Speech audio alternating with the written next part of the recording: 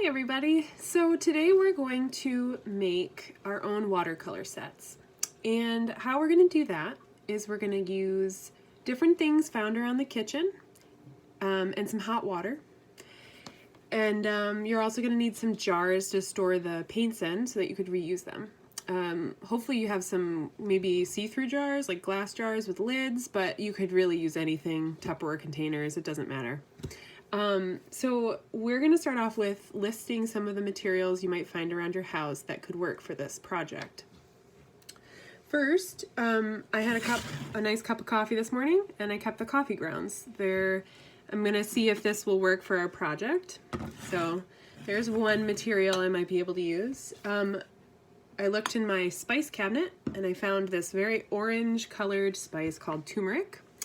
And I think that might work for the project, so I'm gonna use that. And then I found this in my fridge.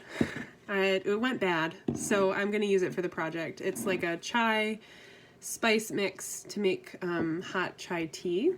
And since it went bad, I think it's totally fine to use for the art project that we're doing today. Some other things might be vanilla from the baking cupboard. And I have some different teas that I thought would work. One of them is just regular black tea. That probably will work. And anything else that you can think of that are related to the different things that I just showed, different teas. You could experiment with what tea makes what color. You could try to find teas that look like maybe they're pink or purple.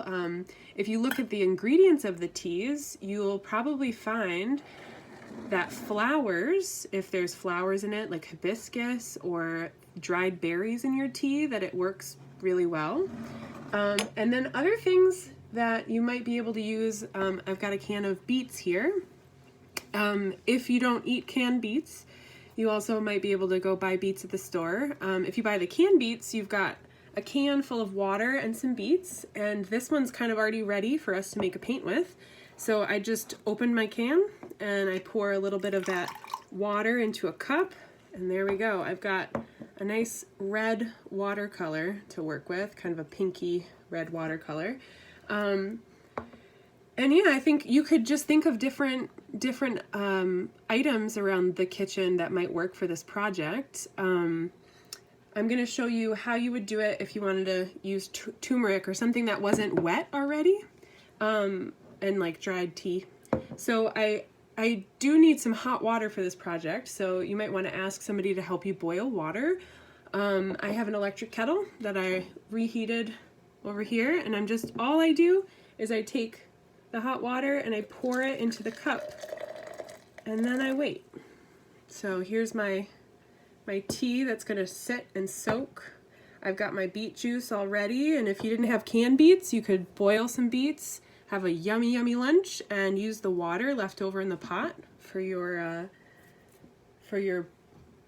homemade watercolors. For the turmeric, I'm just going to take a little bit out of the spice jar. I'm going to measure maybe 1 teaspoon out, and then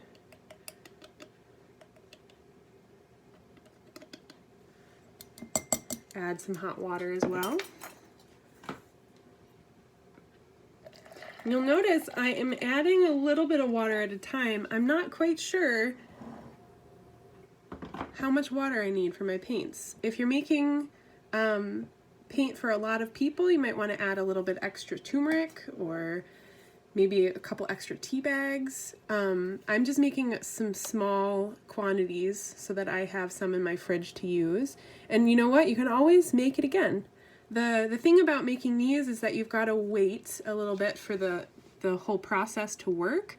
And so I'm going to wait for my hot water to cool down. And by doing that, I'm making sure that all of the pigment that's in the natural materials kind of comes out and goes into the water so that we can use the water and the colored water as our watercolor. So yeah, I've got a bunch of different kinds, and maybe with the vanilla, I might not even want to mix the vanilla with water. I might just want to see, you know, a little bit. It's kind of a nice brown color there. I think the most important thing is to make sure that the materials that you pick up out of the kitchen are not super, super important, and that you're not wasting what needs to be used.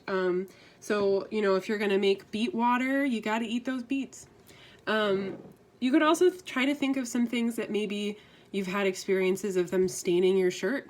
I was thinking, I don't have ketchup, but maybe you could use a little bit of ketchup in hot water and see what color that makes, or mustard in some hot water.